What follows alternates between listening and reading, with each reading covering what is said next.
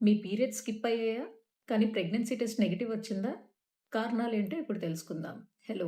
I'm doctor ఊహా Srinivas, consultant gynaecologist, వీరా hospitals, Visakhapatnam. So, first కారణం వచ్చేసి ఎక్స్‌ట్రీమ్ స్ట్రెస్. అది ఫిజికల్ స్ట్రెస్ అయినా అవ్వచ్చు లైక్ ఇన్ఫెక్షన్స్, లేదా మెంటల్ స్ట్రెస్ అయినా అవ్వచ్చు. Second cause significant wait fluctuations, అంటే ఎక్స్‌ట్రీమ్ వెయిట్ గెయిన్ లేదా వెయిట్ లాస్. థర్డ్ వచ్చేసి డ్రాస్టిక్ లైఫ్ స్టైల్ మోడిఫికేషన్స్, అంటే సెడెంటరీ లైఫ్ స్టైల్‌లో ఉన్నవాళ్ళు సడెన్‌గా ఎక్స్‌ట్రీమ్ ఎక్సర్‌సైజెస్ చేసేయడం, జిమ్ జాయిన్ అయిపోవడం, విగరస్‌గా వెయిట్ లాస్‌కి ట్రై చేయడం, లేదా ఫిజికల్‌గా ఫిట్ ఉన్నవాళ్ళు సడెన్‌గా సెడెంటరీ లైఫ్ స్టైల్‌లోకి వచ్చేయడం. ఇలా జరిగినప్పుడు కూడా పీరియడ్స్ కొంచెం స్కిప్ అవ్వడం, ఇర్రెగ్యులర్ అవ్వడం అవుతుంది. Fourth cause hormonal imbalances like PCOS, లేదా థైరాయిడ్ ప్రాబ్లమ్ ఉన్నా, లేదా ప్రొలాక్టిన్ హార్మోనల్ అబ్నార్మాలిటీస్ ఉన్నా సరే, ఈ కాజెస్ వల్ల పీరియడ్స్ కొంచెం ఇర్రెగ్యులర్ అవ్వచ్చు.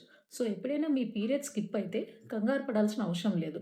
1, 2 సార్లు పీరియడ్ స్కిప్ అవుతుంది ఈ ప్రాబ్లమ్స్ వల్ల అంటే వెయిట్ చేసి పీరియడ్ కోసం 45 డేస్ దాటిన తర్వాత కూడా పీరియడ్ రాకపోతే అప్పుడు గైనకాలజిస్ట్‌ని కలవండి. ఇలాంటి ఇంపార్టెంట్ ఇన్ఫర్మేషన్ వీడియోస్ కోసం do follow my page. Thank you.